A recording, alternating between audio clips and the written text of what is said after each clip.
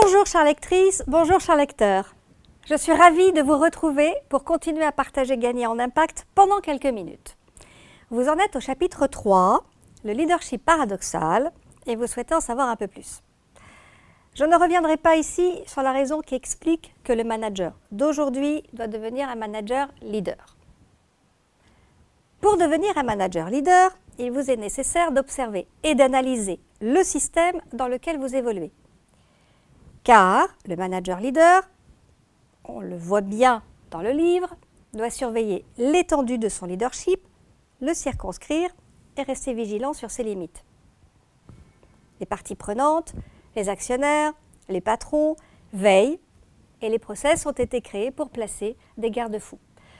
C'est ainsi qu'on se retrouve avec des organisations où pour acquérir un stylo, il faut au moins 3 signatures, alors que dans le même temps, au même moment, on s'attend à ce que les managers aient une capacité de réaction immédiate et autonome à la moindre crise. On demande certes aux managers de devenir des leaders, mais quand même dans certaines limites. On pourrait se demander d'ailleurs s'il ne s'agit pas un peu, quelque part, d'injonctions contradictoires. Car il n'est pas question de devenir Napoléon ou De Gaulle et de foncer bille en tête vers ce que vous pensez devoir faire ou être juste pour l'organisation. Non. Vous allez devoir circonscrire votre leadership, le limiter.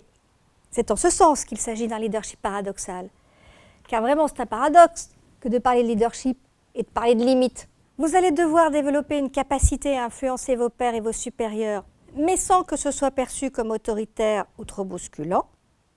Le système attend de vous que vous gériez ceux qui sont sous votre hiérarchie et que cela se passe bien, ce qui signifie que les gens ne doivent pas se plaindre de vous et qu'ils doivent être impliqués dans leur job. Et pour eux, vous êtes un leader quand vous les menez vers l'objectif, qu'ils ont envie d'y aller et qu'ils se sentent bien. Vous devez donc rester conscient de ce que veut dire être un leader dans ce contexte, pour vous et pour les autres. Vous êtes un gestionnaire de l'interdépendance, un garant du fonctionnement du système que vous devez avoir compris sous peine de vous disloquer, d'être disloqué ou d'être accusé de disloquer les autres. Je vous propose donc, pendant quelques minutes, que nous révisions ensemble en 10 points simples ce que signifie pour vous aujourd'hui que d'être un leader paradoxal. Point 1. Le leader paradoxal travaille en équipe. Il n'est pas un chef qui a toujours raison et qui décide tout seul. Il sait s'entourer, et notamment de gens plutôt différents de lui. Il favorise la diversité des points de vue parce qu'il sait que c'est ce qui crée la richesse des échanges. Il accueille la différence qui est nécessaire pour favoriser l'innovation et il est transparent sur les informations qui permettent à chacun de savoir où on en est et où on va afin que chacun se sente co-responsable. Point 2. Le leader paradoxal porte une vision qu'il a construite ou bien qu'il a co-construit avec une équipe. La vision donne le sens et va permettre aux membres de son équipe de trouver la voie de leur accomplissement personnel. Souvenez-vous toujours de la fameuse fable des casseurs de pierres, de la différence de motivation entre celui qui se prend pour un sous-homme parce qu'il casse des cailloux et celui qui, faisant le même métier, bâtit une cathédrale. Quelle cathédrale bâtissez-vous avec vos équipes? Ne vous contentez pas de communiquer sur la stratégie, qui est en fait le comment construire la cathédrale. Amenez-les à entrevoir de quelle cathédrale il s'agit, à comprendre pourquoi on va construire cette cathédrale. Ils pourront aussi envisager de façon claire quelle est leur part dans la construction de la cathédrale. N'oubliez jamais que le sentiment d'accomplissement personnel est le premier facteur de motivation. Point 3. Le leader paradoxal gère l'équilibre entre l'ordre et le désordre. Qu'est-ce que ça peut bien vouloir dire? Il va devoir gérer l'équilibre entre l'ordre, qui est représenté par les actionnaires, la gouvernance, la stratégie, les objectifs, les process, etc., etc., etc. Et le désordre, Parce que le désordre, c'est nécessaire à la prise de risque, à la créativité, à la réactivité. Donc ainsi, il est nécessaire qu'il laisse aux membres de son équipe des marges d'autonomie, ces marges d'autonomie leur permettant de trouver des solutions aux problèmes, d'avoir des idées, de créer, d'innover, etc. Il va donner la parole aux collaborateurs afin que les idées nouvelles émergent, qu'ils trouvent aussi de nouveaux moyens. Et puis, dans les organisations actuelles, il va devoir veiller à ce que les processus ne deviennent pas des carcans. Ainsi, il va permettre à chacun d'être responsable de ses réussites comme de ses erreurs en mettant en place des processus d'autocontrôle. Point 4. Le leader paradoxal est clair sur ses attentes. En fait, ça veut dire qu'il laisse peu de place au contrat implicite qui laisse les personnes qui l'entourent dans le flou de leur mission. J'en parle beaucoup dans mon livre Gagner en impact, du contrat implicite. Il est à même de co-construire les missions avec ceux qui vont les mener à bien et il accompagne ses collaborateurs dans leur développement professionnel afin qu'ils progressent en compétences et aussi en responsabilité. Point 5. Le leader paradoxal est inspirant quand il anime des relations. Animer des relations est un des rôles majeurs du manager leader. Pour cela, et on en a déjà parlé ensemble, notamment dans le chapitre 3, il va faire preuve de considération, il va cultiver la bienveillance qui signifie qu'on aime les gens de l'amour agapé, celui dont je parle toujours dans le chapitre 3. Ainsi, il veille à redonner confiance à ses collaborateurs et à développer l'esprit de coopération dans son organisation. Plus encore, il favorise la création et il permet à chacun d'exercer facilement ses capacités. Il influence positivement les autres et leur fait naître le sentiment de bien faire et de bien-être. Ainsi, le leader paradoxal est inspirant quand il anime des relations.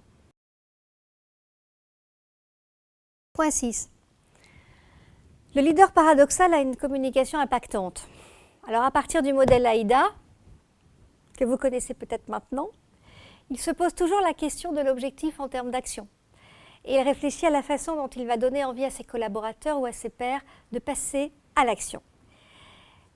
Il sait que cette envie est majeure, à la fois pour que les gens se sentent bien dans leur travail et aussi pour qu'ils se sentent engagés. Je rappelle que le modèle AIDA est un chemin vers l'autre qui demande au manager leader de donner de lui et de prendre réellement l'autre en considération. Ce qui fait que le leader paradoxal n'est pas un leader centré sur lui-même et sur son ego, mais réellement tourné vers le monde qui l'entoure. Point 7. Le leader paradoxal est exemplaire. L'exemplarité, cela va sans dire, mais c'est toujours mieux en le disant. Cela veut dire que le leader se pose en permanence la question de ses propres comportements afin que ceux-ci ne soient jamais en contradiction avec ce qu'il dit. Il prend du recul, il sait reconnaître ses erreurs. Ça veut dire aussi qu'il admet qu'il en fait. Mais le leader paradoxal ne donne pas de leçons. Il accompagne ses collaborateurs vers leur propre marge de progrès, conscient qu'il ne détient pas la vérité. Il sait se montrer humble et attentif à l'évolution de ce qui l'entoure. Il décide en connaissance de cause, attentif à la réalité du monde et de l'organisation dans laquelle il exerce ses responsabilités. Point 8.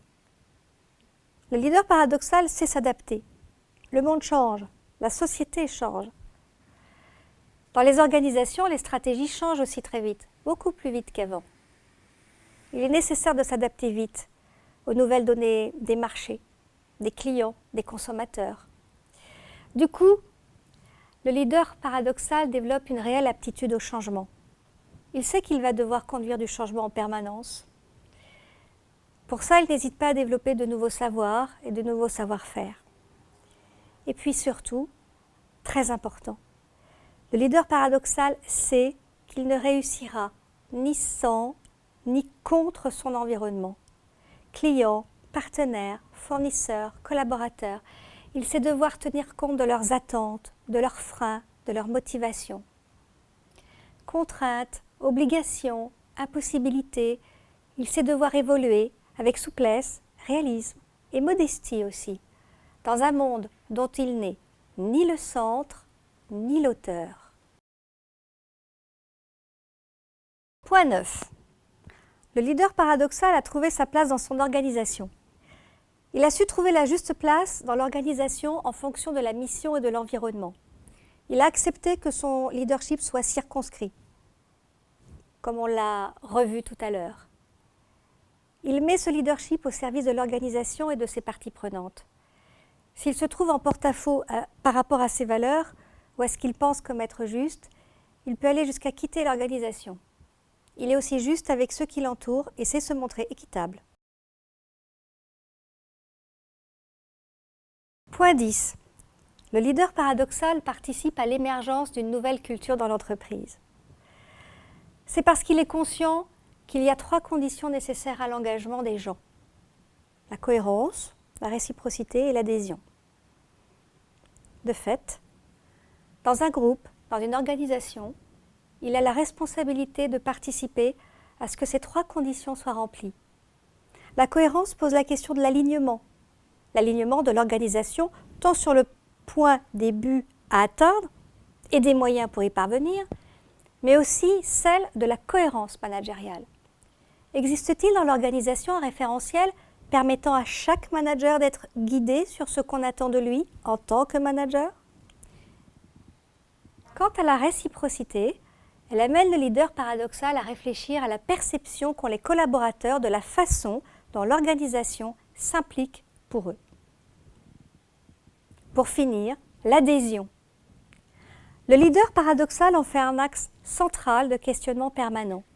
Il peut ainsi mieux gérer ses relations et sa communication. Vous vous reconnaissez? Alors vous êtes déjà un leader paradoxal. Vous trouvez que vous avez encore du chemin? Pas de panique.